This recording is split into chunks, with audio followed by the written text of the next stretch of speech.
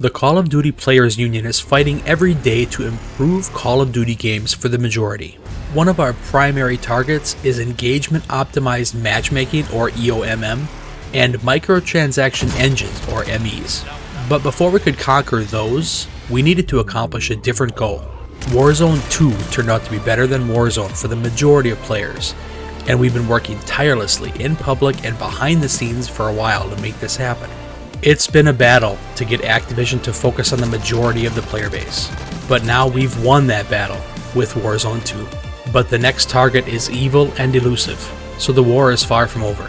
In August of 2022, I launched the Call of Duty Players Union, or CPU, with some lofty goals, including the goal of getting Call of Duty to focus on the majority of the player base when they release new games. When I say majority, I mean casual and mid-core players rather than hardcore players, who spend more time in the game and take it more seriously than everybody else. In November 2022, Warzone 2 launched with a slower-paced, more tactical style of gameplay that did not include camera-breaking movement like slide canceling. So it's no longer possible for hardcore, sweaty players to rush full teams of casual players, using the stim speed boost and slide canceling circles around them to kill them off one by one before they even have a chance to react. This lowered the skill gap and was a major victory for the majority of the player base.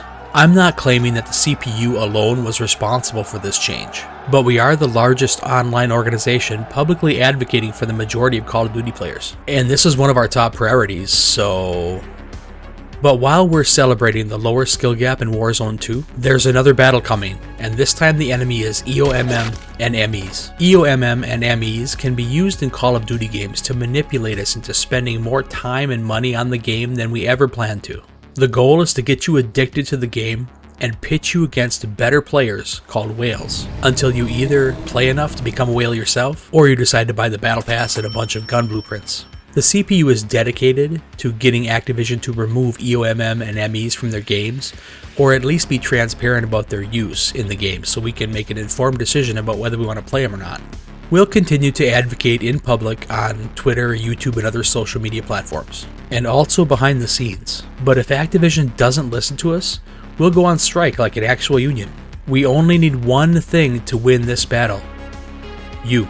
The more members we have, the stronger our voice will become, and the more likely Activision is to actually listen to us. Becoming a Call of Duty Players Union member is easy, and there is zero obligation.